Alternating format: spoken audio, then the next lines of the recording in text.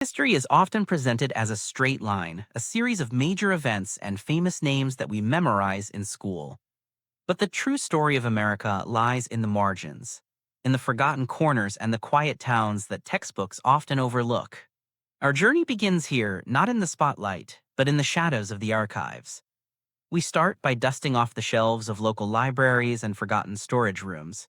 Here, we find the raw materials of truth: census records from 1920, land deeds from the turn of the century, and handwritten journals that have not been opened in decades. These documents whisper the secrets of a different America. They tell us of communities that thrived and vanished, of labor strikes that defined a generation but were erased from the headlines, and of ordinary people who did extraordinary things. As we sift through these faded pages, a pattern emerges. We see that for every story told, there are a dozen left unspoken. We explore old maps that show towns which no longer exist, and we look into the eyes of people in grainy photographs, people whose names may be lost, but whose legacy remains waiting to be found. To truly understand these isolated events, we must weave them into the larger tapestry of their time. We trace the timeline backward, setting the stage with the social and cultural backdrop of the era.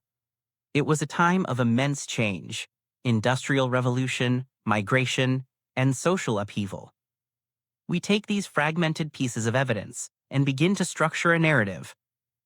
We ask, what was life really like for a factory worker in 1910? What did the skyline look like to an immigrant arriving in a new city?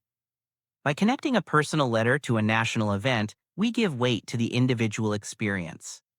Each story we uncover unfolds layers of struggle and resilience. It is not just about dates and facts. It is about the atmosphere of the streets, the tension in the air, and the hope in the hearts of those who are often silenced. We structure our script not just to inform, but to transport you back in time to stand on those cobblestone streets and witness history as it happened. Now, we bring these ghosts of the past to life. Through illustrations and high-resolution scans of archival materials, the abstract becomes real. We look closely at the ink on a newspaper from 1935. We examine the texture of a soldier's uniform in a Civil War daguerreotype. Maps, newspapers, and photographs guide our journey deeper into these forgotten moments. We don't just read about the Dust Bowl. We see the grit in the air through restored footage. We don't just hear about the Jazz Age. We see the vibrant colors of the dance halls in colorized postcards. This is where the story breathes. We give voice to the voiceless by reading their letters aloud, testaments of love, fear, and courage, written by coal miners, suffragettes, and pioneers. These are not just characters in a script, they were real people, and through these visuals, we witness their world firsthand. Finally, we step back to view the complete picture. We review and compile all these elements, the letters, the maps, the photos, and the context, to present a cohesive narrative. We shine a light on the hidden histories of America, illuminating the dark corners that time had almost swallowed whole. The editing process is where we find the emotional core of our journey. We realize that these stories remind us that history is not just in textbooks. It is lived by those whose voices were long overlooked.